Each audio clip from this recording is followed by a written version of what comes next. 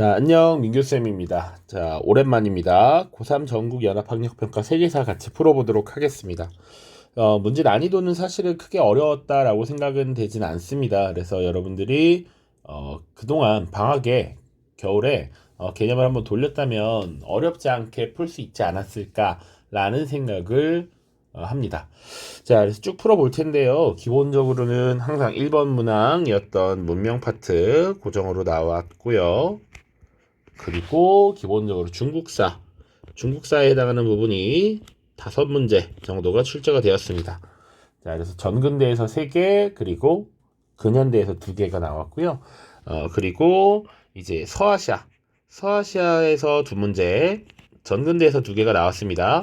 그래서 아케메네스 왕조 페르시아와 오스만 제국 이렇게 출제가 되었고, 그리고 인도는 이제 전근대사와 근현대사가 각각 한 문제가 나왔습니다. 그래서 전근대에서는 무굴 제국, 그리고 근현대에서는 그 반영운동이 나왔고요. 일본사 에도막부 하나 나왔고요. 그리고 나머지가 이제 서양사와 현대사에 해당하는 부분이었습니다. 물론 이제 현대사에는 제3세계라고 하는 파트가 포함이 되면서 꼭 서양사의 범주로 볼 수 없지만 이제 현대사는 묶어서 대략 10문항 정도라고 보시면 되겠습니다. 자, 그래서 이어서 문제 쭉 풀어보도록 하겠습니다. 자, 1번부터 보겠습니다. 자, 다음 유물을 남긴 문명에 대한 설명을 옳은 것은 가장 기본적인 문제입니다. 자, 이 유물은 수메르인들이 신전 건축에 사용한 말뚝입니다. 그리고 또 당시 도시국가였던 우르 이런 것들 나와 있고요. 그리고 마지막에 쐐기 문자 이렇게 나와 있습니다. 자, 그래서 이 문명은 기본적으로 우리가 메소포타미아 문명이구나 라는 것 충분히 알 수 있을 겁니다. 실제 기출에서도 메소포타미아 문명 혹은 이집트 문명이 많이 출제가 되었었다라고 하는 것 알고 계셔야 하죠. 자, 메소포타미아 문명에 대한 설명으로 옳은 것을 고르면 됩니다. 자, 보기 한번 쭉 보죠. 1번 은허유적 중국의 상나라였습니다. 상나라의 옛 수도 유적이었다. 2번 지구라트를 축조하였다. 이게 정답이 되겠죠. 당시 메소포타미아 문명 지역에서 발견되었던 신전입니다. 신전. 사자에서 이집트고요. 올림피아 지전 그리스 지역의 문명이죠. 그리고 5번 하라파와 모헨조다로, 이거 인도가 되겠습니다. 인도 문명에서 나타난 계획 도시들이었습니다. 자, 2번입니다. 가 왕조에서 볼 수 있는 모습으로 가장 적절한 것은, 자, 문학으로 만나는 세계사라고 되어 있고요. 쭉 읽어보시면 되고, 해설을 보시면 양귀비를 잃은 현종의 회한을 표현하고 있다.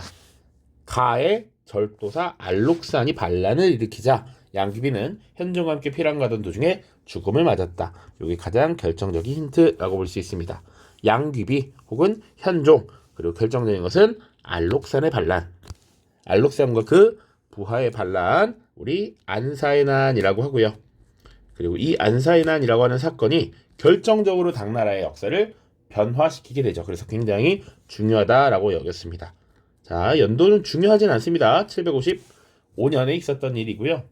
그리고 좀 더 TMI지만 이 문학으로 만나는 세계사라고 하는데, 당시 당나라가 시문학이 굉장히 발달했던 국가였죠. 귀족적 문화였던 이 시가 굉장히 발달했어. 그래서 심지어 당나라의 역사를 이 시문학의 변화에 따라 또 구분을 하기도 합니다. 자, 그 정도로 발달했던 게 당나라. 자, 그래서 가 왕조는 지금 당나라를 물어보고 있는 것이고, 쭉 보죠. 1번 당삼채를 굽는 도공, 이거 바로 나왔죠. 자, 당삼채는 당나라를 대표하는 문화재이기도 합니다. 유물입니다. 자, 당시 당나라의 국제적인 이런 모습들을 볼 수 있는 대표적인 유물이었어요. 그래서 당삼채, 그리고 선생님이 수업 교재는 당삼채와 함께 대진경교 유행 중국비라고 하는 걸 대표적으로 2개를 들었었습니다. 자, 홍루몽이라고 하는 소설은 조설근이 작성한 청나라 때 소설이고요.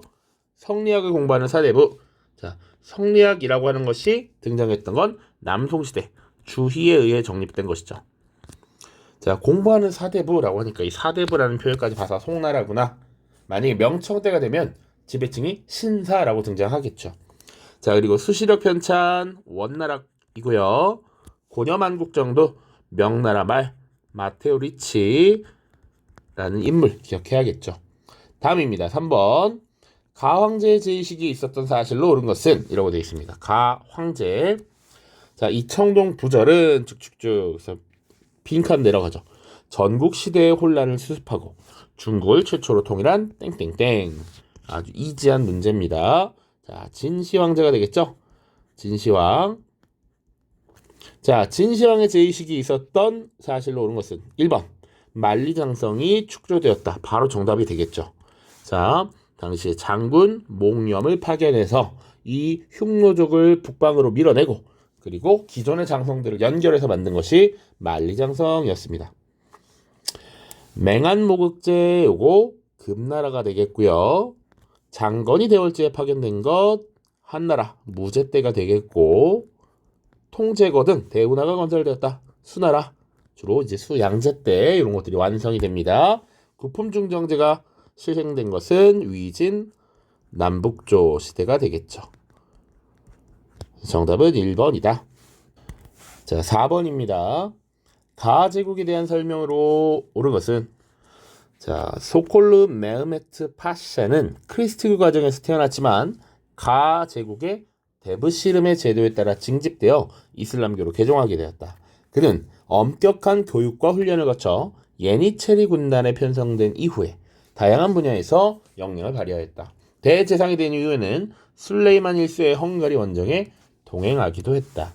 자, 지금 데브시름의 제도, 예니체리, 술레이만 1세와 같은 다양한 힌트들을 주고 있습니다.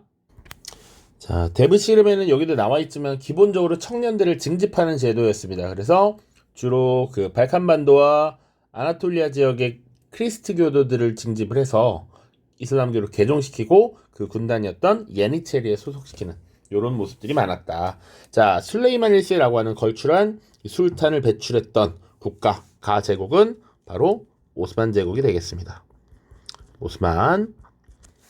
자, 그러면 정답 바로 나왔죠. 티마르제를 실시하였다. 군사적 봉건제라고 볼 수 있습니다. 티마르제. 그래서 오스만 제국 하면 나오는 주요 키워드들이 지금 여기 문제에 거의 다 나와 있다. 데브시름의 예니체리, 티마르제 혹은 종교 공동체였던 밀레트 제도까지는 같이 기억을 해주면 좋겠습니다. 자, 2번 카스트제를 확립하였다. 자, 카스트제는 기본적으로 인도 문명 우리가 다룰 때 원래 살고 있었던 선주민 드라비다인들을 이민족이었던 아리아인이 이제 지배하는 과정에서 성립이 된 것이었습니다. 인도. 자, 3번 쿠투브 미나르라고 하는 건 일종의 탑이었죠. 인도의 델리 술탄 왕조 시기에 아이바크가 건립했던 것이죠. 자, 투르푸아티의 전투에서 승리하였다. 승리니까 이것은 프랑크 왕국의 카롤루스 마르텔이 되겠죠. 당시 이슬람의 우마이야 왕조의 침략에 맞서서 싸웠고 이것을 막아냈던 것이 카롤루스 마르텔입니다. 5번 탈라스 전투에서 당의 군대를 격퇴하였다. 요거 아바스 왕조가 되겠죠. 아바스 왕조. 5번입니다. 밑줄 친 이 전쟁의 결과로 옳은 것은 자, 우리 아테네는 델로스 동맹을 주도할 뿐만 아니라 바다도 장악하고 있습니다.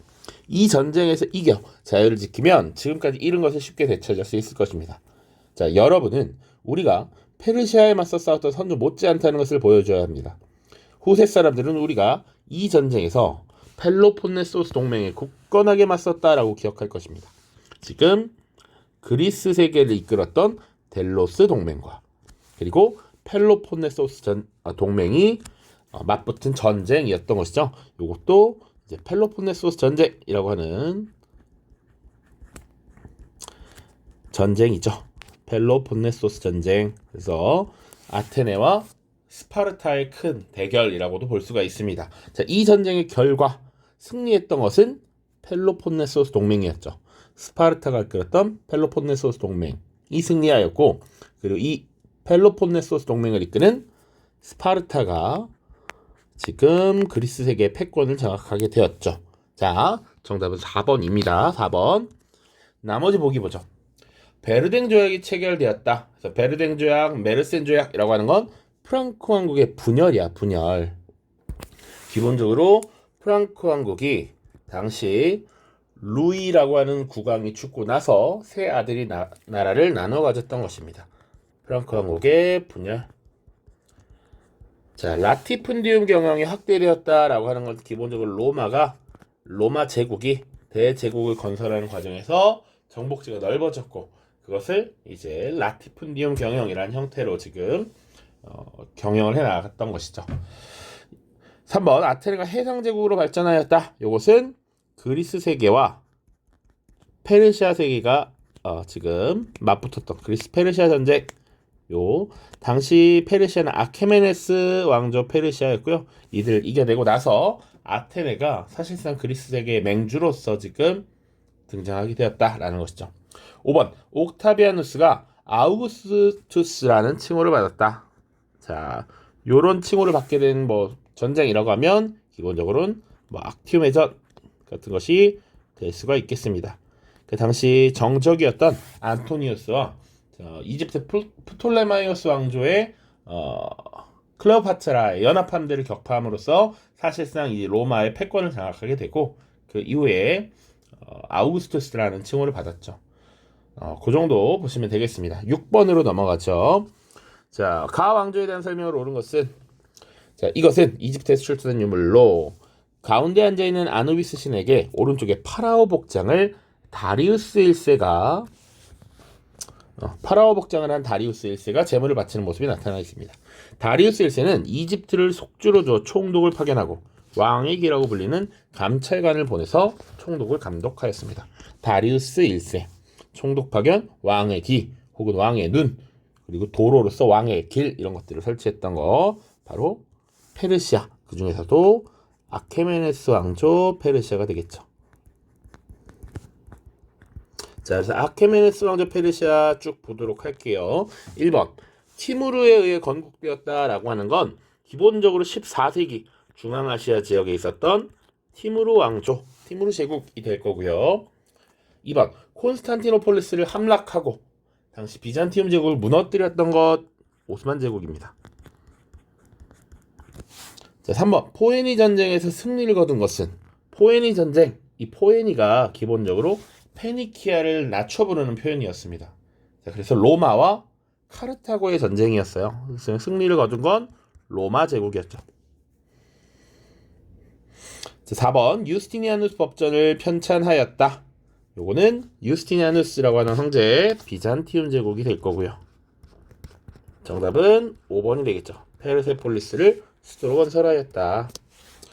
자, 요 정도. 7번 밑줄 친 황제에 대한 설명을 옳은 것은 군주는 안팎의 구별 없이 천하의 가운데에 서서 사해의 만민을 안정시키고 한결같이 인으로 살펴 가까운 것은 돈독하게 하고 먼 것을 받아들인다고 하였다. 황제가 정사 태가민, 경화, 왕경홍, 후연 등에게 여러 차례 명하여 9이와 8만의 길을 여시고 직서와 예물을 하사하셨다. 황제의 교화는 맑고 두루 베품은 끝이 없었다. 자, 요것이 그나마 자료가 조금 힌트가 적고 까다로웠다라고 느꼈을 수 있을 것 같아요. 근데 잘 보면 일단 황제라고 나와 있고 그럼 중국사구나라는 거 당연히 알 수 있을 거고요. 이 정화라는 인물 그리고 여기 9이와 8만이라고 하는 건 기본적으로 중국을 중심으로 봤을 때 동쪽에 있었던 9가지 오랑캐 그리고 남쪽에 있었던 8개의 오랑캐를 말해요. 그래서 중국을 중심으로 주변 세계를 평정하고 주변 세계를 정리하고 새로운 국제 질서를 구축한다라는 얘기야. 그 구축 과정에서 중요한 역할을 했던 것이 환관 정화였죠. 정화. 그러면 이 황제는 누가 되겠습니까? 바로 영락제가 될 겁니다. 영락제. 명나라 시기 영락제라고 하는 황제입니다. 자, 그래서 조금 더 보면요. 선지 보면 1번 고조선을 정복한 황제는 누구예요? 기본적으로 한무제가 될 것입니다. 자, 군기차 설치 청나라의 옹정제, 자금성 건설 요게 정답이 되겠죠.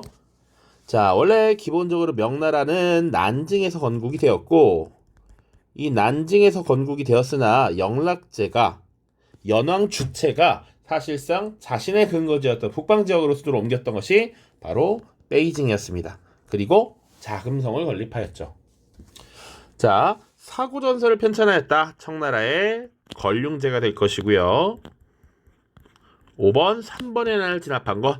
청나라의 강희제가 되겠죠. 강희제. 자, 요 청나라의 3명의 황제는 잘 구분하고 있어야 됩니다. 자, 요 문제가 그나마 조금 자료가 구체적인 힌트를 많이 주지 않았기 때문에 여러분들이 조금 어렵게 느꼈을 수도 있겠다.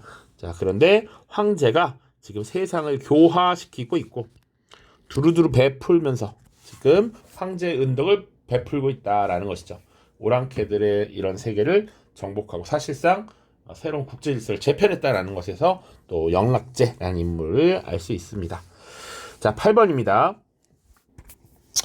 자, 8번입니다. 밑줄 친 이 제국의 문화에 대한 설명을 오는 것은 자, 이 제국의 아크바르 황제 사실은 조금 훈련이 됐으면 여기서 끝나야죠. 자, 그래서 보시면 두 번째 줄에 힌두교도에게 징수하던 순례세를 폐지했고 이듬해 황제는 비이슬람교도에게 부과했던 지제를 폐지하였다. 이러한 종교적 관용 정책은 그가 이슬람, 힌두, 시크교 등을 초월하는 신앙을 제시하는 것으로 발전하였다.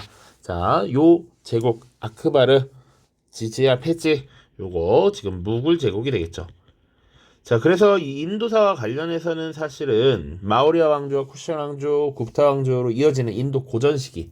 자, 그 이후에 인도의 이슬람화가 전개된 이후 등장하는 가즈니, 구르 왕조 혹은 델리 술탄 왕조가 나올 수도 있지만 가장 대표적인 건 이 무굴 제국이 될 것이고요. 그리고 무굴 제국과 관련해서는 3명의 황제는 알고 있어야죠. 여기 나오는 아크바르 황제, 그리고 대비적으로 살펴볼 수 있는 아우랑제부가 있고요. 그리고 사실은 그 황제의 업적을 묻진 않지만 중간에 샤자한 있죠. 샤자한. 이 샤자한이라고 하는 인물이 당시 궁전식 묘당이라고 하는 파지마할을 건축했습니다. 요 2번이 되겠죠. 자, 1번 자이나교가 출현하였다. 이것은 기본적으로 이런 카스트 제도에 반발하면서 인도 고대 시기 기원전 한 6세기경 출현했던 것이 자이나교였습니다. 우리가 인도를 처음 다룰 때 마우리아 쿠션 다루기 전에 이미 불교와 자이나교 같은 종교가 출현했다라고 다루고 있고요. 3번 보르부드르가 축조된 것은 인도네시아죠. 인도네시아. 인도네시아의 불교 유적이었습니다. 간다라 미술 양식이 등장한 거 쿠션 왕조고요. 아잔타 석굴 사원 요거 아잔타 엘로라 같은 사원은 굽타 왕조 시기가 되겠습니다. 자, 오른쪽으로 넘어가죠.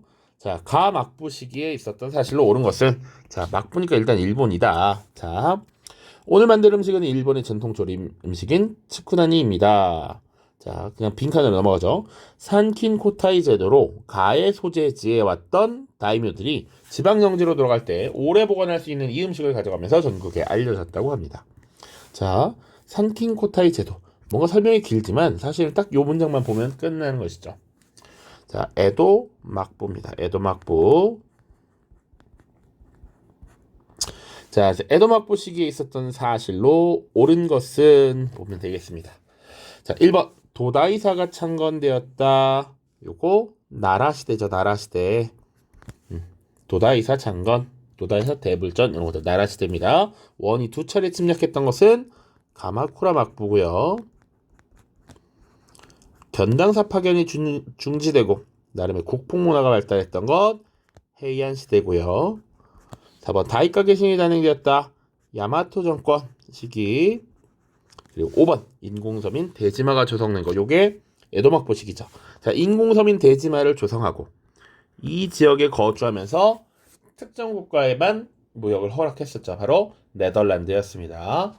나가사키에 대지마를 조성하고 네덜란드인에게만 교육을 허가했었죠. 그래서 이 네덜란드에서 들어온 서양 학문이 발전해서 그것을 난학이라고 이야기를 했습니다. 10번 밑줄 친 이 혁명에 대한 설명으로 옳은 것은 자, 우리 문제를 많이 풀고 훈련이 되면 이 인물만 보고도 누군지 알 수 있죠. 바로 레닌입니다. 레닌. 자, 이 영화는 1차 세계대전 중에 러시아에서 일어난 혁명의 과정을 다룬 작품입니다. 전쟁 중단을 요구하던 볼셰비키가 이 혁명으로 임시정부를 타도하고 소비에트 정부를 수립하는 격동의 역사를 만나볼 수 있습니다. 자, 기본적으로 러시아에서 일어난 혁명, 러시아 혁명인데 러시아 혁명은 실제로 기출문제를 보더라도 조금 더 구분을 해서 봐야겠죠. 처음에 3월 혁명 있고요. 이 3월 혁명의 결과 로마노프 왕조가 무너지고 임시정부가 수립되죠. 자, 그런데 이 임시정부가 1차 대전을 지속하면서 계속 불만이 축적되었단 말이야. 그래서 노동자들을 중심으로 한 그리고 이 볼셰비키 주도의 11월 혁명이 다시 한번 일어나게 되죠. 요 과정. 그래서 굳이 또 디테일하게 보자면 요거 11월 혁명에 해당하는 얘기죠. 자, 11월 혁명에 대한 거 찾으면 되겠습니다. 자, 1번 글라스노스트를 표방하였다. 자, 요것은 글라스노스트, 개방이라고 하는 표현이죠. 개방. 바로 고르바초프 서기장 시기입니다. 오히려 훨씬 뒤입니다. 1985년 이후 이렇게 보시면 돼요. 그래서 당시 페레스트로이카 그리고 글라스노스트를 표방하면서 지금 탈냉전의 시기로 넘어가고 있다. 기존의 냉전 질서가 점점 서서히 허물어져 가고 있는 그 시기를 얘기합니다. 이번 레닌의 주도 아래 전개되었다. 이게 정답이 되겠고요. 인클로즈 운동에 영향을 주었다. 전혀 해당되지 않는 얘기죠. 인클로즈 운동은 기본적으로는 영국에서 나타났습니다.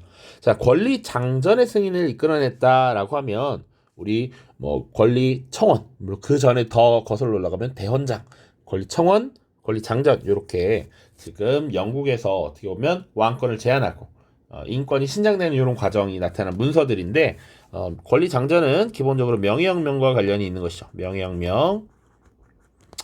자, 보스턴 차 사건을 배경으로 일어났다라고 하면 미국 혁명이 되겠습니다. 미국 독립혁명. 자, 11번 보시죠. 가 인물에 대한 설명으로 옳은 것은 이렇게 되어 있습니다. 자, 이 판화는 제후들의 지지를 받고 서 있는 가의 모습과 무너질 듯 위태롭게 앉아있는 교황 레오 10세의 모습을 대비하여 표현했습니다.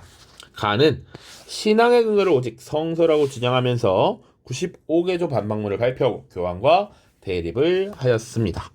자, 교황 레오 10세라는 인물은 메디치가에서 태어난 굉장히 부자 출신 교황이었고요. 굉장히 사치를 중요시 여겼습니다. 굉장히 사치스러웠던 이 인물은 당시 베드로 대성당을 증축하기 위해서 면벌부라고 하는 것을 판매했죠.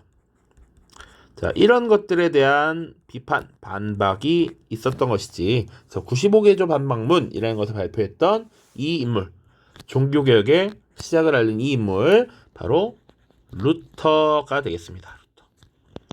자, 그래서 루터의 종교개혁, 루터 잘 알아? 라고 이야기한 것입니다. 자, 그래서 벌써 답은 나왔죠? 자, 정답 5번입니다. 교회의 면벌부 판매를 비판하였다. 자, 벌을 사해준다, 벌을 사면해준다라는 것, 그거 가당치 않다라는 얘기죠. 이거 잘못된 것이다 라고 루터는 비판하고 있었던 것입니다.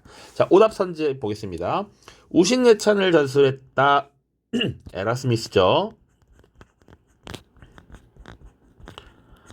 자, 신학대전을 집필한 것은 토마스 아퀴나스입니다. 토마스 아퀴나스. 자, 예수의 설립을 주도하였다. 로욜라라는 인물이고요. 영국 국교회를 확립한 것 헨리 8세입니다. 헨리 8세. 자, 12번. 자, 가하 국가에 대한 설명으로 옳은 것은 이라고 되어 있고요. 서인도 제도가 지금 지도에 표기가 되어 있죠. 이것은 콜럼버스의 항해 이후에 알게 된 서인도 제도 등의 지리 정보를 반영하여 가하 국가가 제작한 세계 지도이다. 자, 가는 콜럼버스의 항해 등을 후원하면서 대서양 연안의 지리 정보를 지속적으로 수집하고 이를 바탕으로 라틴 아메리카 일대에서 식민지를 넓혀 나갔다. 자, 요거 이제 신앙로 개척과 관련돼서 나오는 것인데, 신앙로 개척과 관련돼서는 유럽의 두 개의 나라를 주목해야 되겠죠. 바로 에스파냐와 포르투갈입니다. 자, 인물 그래서 우리가 4명 정도 보죠. 자, 선생님이 설명할 때는 보통 이 포르투갈 바바 형제라고 얘기한다고. 바르톨로메우 디아즈와 그리고 바스코 다가마 두 명은 포르투갈이야. 바바 형제. 그리고 에스파냐는 지금 콜럼버스와 그 전에 마젤란이 있죠. 그래서 자, 그래서 지금 콜럼버스의 항해를 구원했던 거 에스파냐를 얘기하는 것이고요. 에스파냐에 대한 설명을 찾으면 되겠습니다. 1번 하와이를 자국 영토로 편입한 것 미국이 되겠죠. 미국. 자, 데카브리스트의 봉기를 진압한 것 러시아입니다. 러시아의 니콜라이 1세가 되겠습니다. 콜베르라고 하면 프랑스. 중상주의 정책이죠. 4번 아스테카와 잉카 제국을 멸망시켰다. 요게 지금 에스파냐에 대한 설명이 되겠습니다. 5번 무적함대. 요 에스파냐의 무적함대를 격파하고 동인도회사를 설립했던 것 영국이 되겠죠. 그래서 당시 이제 유럽의 중세 사회에서 근대 사회로 넘어가는 요 과정, 흔히 신항로 개척과 절대왕정 시기에 각 국가와 관련된 정보들을 매치시키는 이런 것들 잘 해 두셔야 됩니다. 13번 가에 들어갈 내용으로 가장 적절한 것은 자, 그래서 보면 의회를 해산하고 언론을 탄압하던 샤를 10세가 쫓겨났으며 가라고 되어 있습니다. 자, 지금 의회를 해산하고 언론을 탄압했던 대표적인 내용이 이 샤를 10세가 발표했던 7월 칙령이었습니다. 그래서 이 7월 칙령에 반발하면서 시민들이 들고 일어났고 그에 대해서 이 샤를 10세를 쫓아냈던 것이 바로 7월 혁명이죠. 그래서 이 자유주의 운동을 다루면서 프랑스에서 일어난 7월 혁명 1830년에 있었고요. 그리고 이 뒤에 등장하는 2월 혁명 1848년입니다. 요것을 지금 연결해서 좀 살펴볼 필요가 있다. 자, 그래서 7월 혁명의 결과 샤를 10세가 쫓겨나게 되었죠. 조금 더 나가면 1814년 15년 빈 회의가 열리고 수립된 빈 체제 하에서 프랑스 혁명의 열기를 잠재우고 과거의 프랑스로 복구시키기 위해서 부르봉 왕조가 다시 복구했습니다. 이때 부르봉 왕조가 다시 복구되면서 등장했던 국왕이 루이 18세였고 그 뒤를 이은 게 샤를 10세였단 말이지. 자, 그 샤를 10세가 지금 이렇게 강압적인 통제 정치를 시행하니 이에 대해 반발하면서 일어났던 것이 7월 혁명입니다. 자, 그래서 7월 혁명의 결과 샤를 10세가 쫓겨나고 새롭게 즉위했던 것이 루이 필리프라고 하는 국왕이었죠. 자, 그러나 이 루이 필리프도 점차 보수화되면서 2월 혁명으로 쫓겨나게 되고 공화정이 수립이 된 겁니다. 자, 그래서 정답은 2번이 되고요. 1번 크로멜이 호국경에 취임하였다라고 하는 거 기본적으로 우리 영국혁명 당시 다뤘었죠. 흔히 우리가 청교도 혁명이라고 하는 잉글랜드 내전 당시에 군사를 이끌었던 크로멜이라고 하는 인물 17세기 중반이 되겠습니다. 3번 연방주의에 입각한 헌법이 제정되었다. 이거 미국 독립혁명 때가 되겠죠.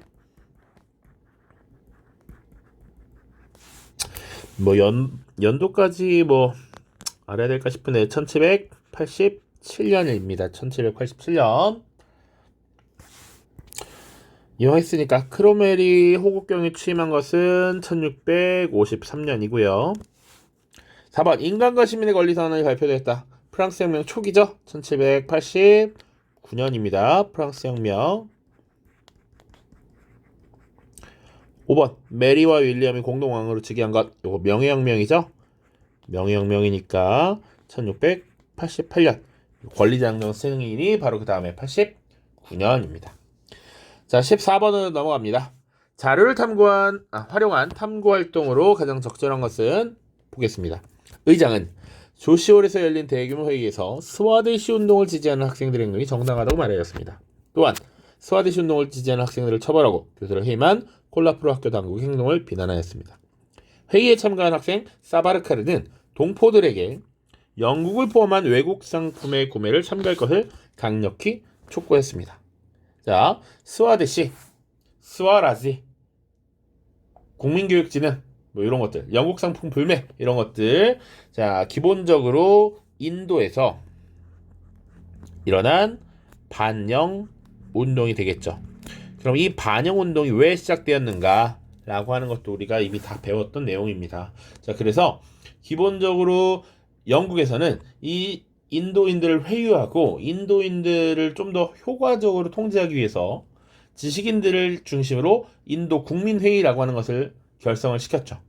자, 그래서 나름의 뭐 조언을 얻는 형태로 이 식민지 경영을 하려고 했었습니다. 자, 그런데 벵골 분할령을 기점으로 이 인도의 반영 운동의 구심점이 되어버린 것이 인도 국민회의였어요.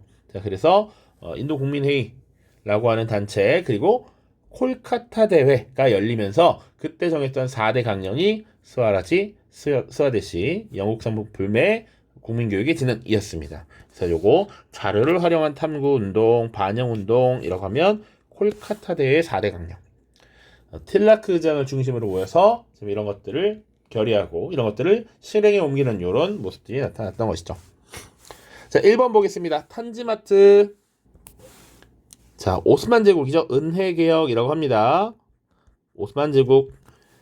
헤지라라고 하면 지금 당시 무함마드가 피신 갔던 것을 이야기했죠. 그래서 무함마드 이슬람교의 탄생과 관련이 있다. 4번 청년 티르크당의 결성 계기. 당시 술탄이 과거 여기 위에 있었던 탄지마트를 잘 실행하고 지키지 않고 다시 전제정치로 돌아가려는 움직임을 보이자 당시 청년 티르크당이라고 하는 이 청년 장교들을 중심으로 무장봉기를 일으켜서 헌법을 다시 부활시키고 뭐 여러 가지 개혁을 추진하라라고 요구를 하게 되죠. 자, 술탄의 전제정치 강화가 결성 계기라고 볼 수 있습니다. 탄지마트라고 하는 것을 제대로 추진하지 않은 것. 자, 5번 오사운동 당시 제기된 주장을 알아본다. 요건 중국에서 지금 1919년에 청년과 지식인들을 중심으로 일어났던 운동이죠. 왜? 당시 일본이 21개조 요구사항을 제시했고 이것을 크게 수정하지 않고 받아들이면서 당시 중국의 이권이 크게 침해받았죠. 심지어 그것을 베르사유 조약에서 그 당시 1차 대전을 마무리하는 이 베르사유 체제에서 사실상 승인을 하게 됨으로써 중국인들이 그 소식을 듣고 분개했던 것이다 라고 보시면 되겠습니다. 15번 자료가 작성된 배경으로 가장 적절한 것은 대청황제 퇴위 후 5대 조건에 관한 상황. 자, 1번 보시면 대청황제는 퇴위 후에도 그 존호를 유지하고 중화민국은 대청황제를 외국군주의 예로 대한다라고 되어 있고요. 그만큼 계속 대우를 해주고 다만 이제 중화민국이라는 새로운 나라가 등장한다는 거야. 청나라에서 중화민국으로 지금 넘어가는 요 과정이죠. 그러면 이 자료가 왜 작성됐느냐라고 봐야겠지. 청나라가 끝나고 중화민국이 시작됐다라고 하면 바로 2번 신해혁명이 발생했던 것이죠. 자, 그래서 청나라가 무너지고 지금 중화민국이 수립되었다. 자, 1번 만주국이 수립되었다라고 하는 건 만주사변이 1931년에 일본에 의해서 일어났고 그 이후에 사실상 청나라의 마지막 황제였던 푸이를 꼭두각시로 앉히고 만주국이라고 하는 것이 성립되었죠. 청일전쟁이 발발하였다. 이건 한국사에서도 다뤘을 텐데 1894년부터 95년까지 이어집니다. 4번 난징조약이 체결되었다. 1차 아편전쟁이 되겠죠. 1840년부터 42년까지 있었던 전쟁의 결과로 체결했던 것이 난징조약입니다.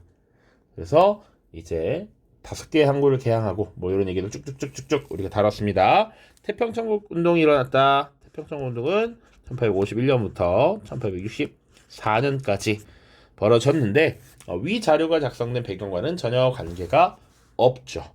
다음입니다. 16번 각 국가에 대한 설명을 옳은 것은 자, 각 국가가 뭔지 보면 되겠죠. 자, 그림은 이브닝 익스프레스에 실린 풍자화입니다. 불독으로 표현된 가가 파쇼다라고 적혀있는 뼈다귀를 담은 밥그릇에 앞발을 집어넣고 있고 푸들로 표현된 프랑스가 이를 지켜보는 상황을 묘사하고 있습니다. 자, 가는 종단 정책을 프랑스는 횡단 정책을 추진하다가 파쇼다에서 충돌하였습니다. 자, 유럽사를 공부하면 계속해서 라이벌로 나오는 영국과 프랑스 얘기죠. 종단 정책이라고 하면 바로 가가 영국이 되겠습니다. 이집트 카이로와 남아프리카 공화국의 케이프타운을 연결하는 이런 종단 정책을 추진했던 것이고, 프랑스는 흔히 이제 모로코, 알제리, 튀니지라고 하는 이 북서지역 아프리카에서부터 저기 남동쪽에 있는 섬 마다가스카르까지 쭉 이어지는 횡단 정책을 추진했었죠.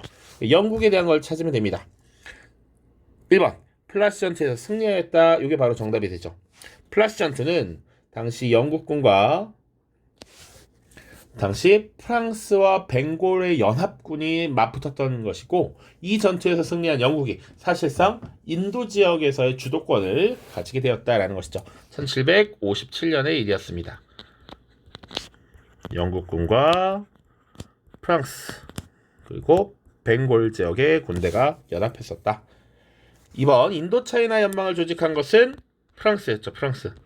조금 더 러프하게 설명을 하면 이 인도 지역에서의 주도권을 두고 다투던 영국과 프랑스, 플라시 전투에서 영국이 사실상 승리하면서 주도권을 가져가게 되었고, 프랑스는 조금 더 동쪽에, 남동쪽에 이제 동남아 지역으로 내려와서 영향력을 행사하게 되었습니다. 자, 인도차이나 연방하면 오늘날의 뭐 베트남, 라오스, 캄보디아 이런 나라들이 되겠죠. 3번 무제한 잠수함 작전을 전개했다. 그리고 1차 대전 당시 독일이 되겠죠. 4번 청과 네르친스크 조약을 체결한 것 러시아입니다. 당시 표트르 대제. 5번 페리 제독의 함대를 일본에 파견하였다. 이거 미국에 대한 설명이죠. 미국이 일본을 강제로 이제 문호 개방을 시키는 이런 과정들 우리가 다뤘었습니다. 17번입니다. 밑줄 칠 국왕에 대한 설명으로 옳은 것은 교황 스테파누스 2세는 롬바르드족의 위협과 비잔티움 황제의 성상 파괴를 둘러싼 갈등 등으로 어려움을 겪고 있었다. 이 상황을 타개하기 위해서 그는 프랑크 왕국으로 행차하여 국왕에게 세례를 주고 왕의 정통성을 확인시켜줬다. 국왕은 이에 대한 보답으로 군대를 보내 롬바르드족을 물리치고 라벤나 지역을 점령하여 교황에게 기증하였다. 이 땅은 교황의 시초가 되었다. 요 내용들 가장 베이직한 얘기죠. 지금 프랑크 왕국인 것까지 줘버렸어. 자, 그럼 우리 4명의 인물 기억해야 되십니다. 클, 카, 피, 카였죠. 그래서 이 위에 클, 카는 메로베우스 왕조, 아래 2명은 카롤루스 왕조였습니다. 자, 그래서 클은 메로베우스 왕조를 개창한 프랑크 왕국의 개창자 클로비스였고요. 그리고 두 번째는 이 프랑크 왕국의 궁제였던 카롤루스 마르텔이었습니다. 자, 이 사람은 왕은 아니었지만 사실상 실권자였다. 자, 그 아들이 바로 피핀이었고요. 또 그 아들이 카롤루스 대제였습니다. 혹은 샤르마뉴라고도 부르죠. 자, 그런데 지금 국왕에게 세례를 주고 왕의 정통성을 확인시켜 주었다. 롬바르드족을 물리치고 라벤나 지역을 점령해서 기증했다라고 하는 것은 누구에 해당합니까? 바로 피핀에 해당합니다. 피핀. 그래서 이 피핀이 왕위를 받고 카롤루스 왕조를 개창하게 되었다라는 것이죠. 자, 그래서 국왕에 대한 설명, 피핀에 대한 설명 찾으면 됩니다. 1번 상수시 궁전을 축조하였다. 이거는 프로이센을 이끌었던 프리드리히 2세죠. 자, 악티움의 전에서 승리한 거 바로 옥타비아누스고요. 카롤루스 왕조를 개창하였다. 이게 정답이 됩니다. 자, 성 소피아 성당을 건립하였다. 비잔티움 제국의 유스티니아누스 대제. 교황으로부터 소로마 황제의 관을 받았다. 이것은 카롤루스 대제가 되겠습니다. 자, 18번 보시죠. 자료를 활용한 탐구 주제로 가장 적절한 것은, 이것도 굉장히 예전에 많이 출제되었던 주제인데요. 요새 조금 사실은 트렌드가 바뀌고 있습니다. 조금 더 현대로 넘어와서 탈냉전에 관한 주제가 다양하게 출제가 되고 있어요. 자, 자료를 활용한 탐구 주제 반동회의 폐막 연설에서 네루는 다음과 같이 말하였습니다. 세계 전체가 양진영으로 나뉜다면 그 결과는 어떻겠습니까? 피할 수 없는 결과는 아마 전쟁일 것입니다. 그렇기에 냉전의 어느 진영에도 속하지 않는 비동맹 지역을 줄이는 행위를 위험하며 전쟁으로 가는 길을 의미합니다. 지금 조금 더 센스 있게 보면 양진영으로 나뉘면 문제가 있어서 양진영에 속하지 않는 비동맹 지역을 줄이면 안 된대 라고 하는 거. 정답은 양진영 1세계, 2세계 말고 제3세계로 가자가 되겠죠. 그것을 대표하는 국제회의가 반동회의였고 여기서 10개조, 평화원칙 10개조가 발표가 되죠. 요거 잘 기억하고 계셔야 됩니다. 반동회의 제3세계 평화원칙 10개조. 자, 빈체제 붕괴는 주로 언제로 봅니까? 프랑스의 2월 혁명이 됩니다. 자, 2월 혁명이 일어나고 자, 프랑스에서의 2월 혁명. 이것이 오스트리아의 3월 혁명에도 영향을 미치죠. 자, 그러면서 당시 이 빈체제를 이끌었던 오스트리아의 재상 메테르니히가 실각합니다. 사실상 빈체제가 붕괴되었다라고 보는 것이죠. 자, 전체주의의 등장. 자, 1차 대전 이후에 국가적 어려움을 겪었던 이탈리아, 독일 등에서 등장하죠. 보통 1920년대 후반, 30년대 초 대공황 직후에 이런 것들이 지금 출현하고 있다라고 보죠. 그래서 이탈리아의 파시즘이나 독일의 나치즘, 일제 군국주의 이런 것들 사례로 들 수가 있겠습니다. 소련도 마찬가지고요. 국제연맹의 창설, 1차 대전 이후가 되겠죠. 2차 대전 이후에는 국제연합, 1차 대전 이후 국제연맹이고요. 산업혁명의 배경, 기본적으로 영국에서 여러 가지 산업혁명이 먼저 등장했던 배경들을 우리가 살펴봤었습니다. 그렇죠? 신항로 개척 이후에 상업혁명의 등장, 그리고 영국에서의 모직물 공업의 발달, 뭐 이런 것들 들 수가 있습니다. 19번. 다음 지령이 내려진 시기를 연표해서 이렇게 고른 것은 자, 날짜를 가렸고요. 9월 1일이라고 나와 있습니다. 서부에서는 교전 개시의 책임을 전적으로 영국과 프랑스에 지우는 것, 책임을 떠넘기는 것이 중요하다. 당분간 사소한 국경 침범에는 국지적인 조치로 대응해야 한다. 영국과의 전투를 수행할 때는 공군을 이용하여 영국의 해상보급과 군수산업, 프랑스로의 병력 수송을 교란할 준비를 한다. 내린 사람 아돌프 히틀러. 라고 하면 기본적으로 이건 이제 2차 대전이구나 라는 것을 기억해야 되고, 조금 TMI일 수 있지만 이 9월 1일이라고 하는 것이 사실은 독일이 폴란드를 침공했던 날입니다. 2차 대전이 시작됐던 날이라고 보시면 돼요. 자, 그래서 지금 독일이 폴란드를 침공한 것은 독일의 기준으로는 지금 동쪽에서 전선을 만드는 것인데 서부에서도 이제 전선이 확대된다는 말이죠. 그래서 이쪽 프랑스 지역을 침략하고 그렇잖아. 자, 그래서 프랑스로 지금 영국이 도움을 주면 그것을 어떻게 막아야 된다 이런 얘기들을 하고 있습니다. 가장 큰 것은 이 히틀러고요. 그래서 문제는 원래 기출에선 보통 평가원은 2차 대전 과정에 있었던 여러 가지 일들을 주고 되게 촘촘하게 문제를 냈었는데 이 문제는 생각보다 조금 더 쉽게 연표를 크게 냈다라는 겁니다. 자, 러일 전쟁이 발발한 것은 1904년의 일이고요. 사라예보 사건 1차 대전의 시작이죠. 1914년. 베르사유 조약의 체결 1919년이고요. 대공황의 발생 1929년. 국제연합의 창설 기본적으로 1945년 2차 대전의 종결 이후, 그리고 베를린 장벽 설치 1961년입니다. 자, 그래서 지금 2차 대전은 1939년부터 45년까지 일본이 항복을 할 때까지 이어졌다라고 보니까 라가 되겠죠. 라. 원래는 1939년부터 45년까지 매년 있었던 일을 촘촘하게 알고 있어야 합니다. 지금은 3월이라서 조금 더 가볍게 나온 겁니다. 자, 이 정도는 가볍게 풀었어야 한다. 자, 20번입니다. 마지막 가사건에 대한 설명으로 옳은 것은 장칭 재판에 회부되다라고 되어 있고요. 자, 빈칸부터 보면 그녀는 홍위병을 동원하여 가해에 앞장섰고 류사오치 등 실용주의자들과 수많은 예술인을 억압한 혐의로 재판을 받았다. 그러나 그녀는 자신에게 제기된 모든 혐의를 일관되게 부인하였다. 자, 요거 사실은 홍위병에서 끝날 수 있고요. 류세아우치 등 실용주의자들을 지금 억압했다, 탄압했다라는 것이죠. 요거 지금 기본적으로 문화대혁명을 묻고 있는 것입니다.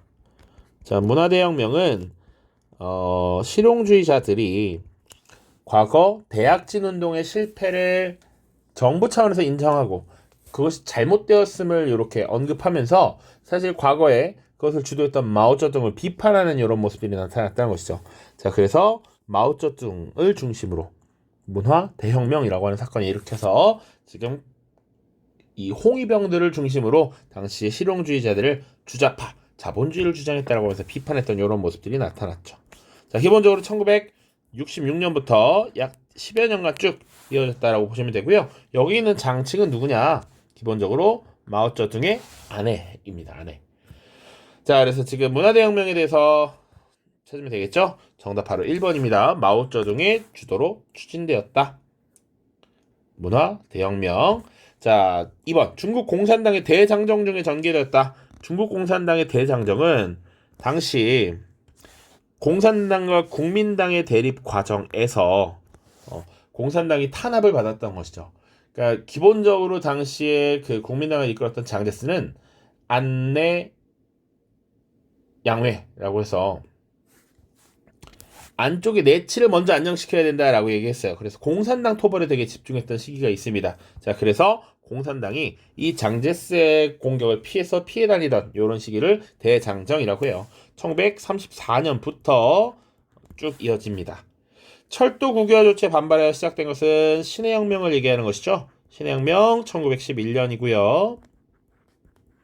자, 2차 국공합작이 이루어지는 배경이 되었다라고 하면 시안 사건을 들 수 있죠. 야, 지금 일본이 쳐들어오는데 우리끼리 싸울 때냐? 힘 합치자라고 하면서 장쉐량이라고 하는 인물이 당시 국민당의 장제스를 감금하고 이 국민당과 공산당의 연합을 주장했던 것. 1936년의 일입니다. 자, 인민공사를 설립하여 생산력 향상을 꾀했다. 이게 바로 대약진 운동이 되겠죠. 그런데 이 대약진 운동이 실패하면서 공격을 받게 된 마오쩌둥이 이런 문화대혁명을 통해서 자신의 정치적인 힘을 다시 복권하려는 이런 움직임을 보였다라고 볼 수 있습니다. 자, 그래서 지금 20개의 문제를 쭉 풀어봤는데요. 사실은 난이도 자체는 뭐 크게 어렵지 않았다라고 볼 수 있겠습니다. 아무래도 여기서 한 개라 개인적으로는 뭐 6월이나 9월이나 수능에서는 한 개라도 틀리면 1등급을 놓칠 수밖에 없을 것 같습니다. 그러니까 3월 수준, 요 정도 수준의 문제라면 당연히 사실은 만점을 받아야 1등급을 받을 수 있는 정도이고, 평가원에서 그래서 조금 더 난이도 있는 문제, 조금 더 변별력 있는 문제가 출제되지 않을까라고 생각을 해봅니다. 자, 아무튼 오랜만에 시험 치르느라고 고생 많으셨고요. 내가 개념이 어떤 것이 부족했나를 확인하고 좀 다시 한번 복습을 하는 시간을 가지는 것이 필요할 것 같습니다. 정말 고생 많으셨습니다. 다음에 6월에도 만나기를 기원하겠습니다. 고생했습니다.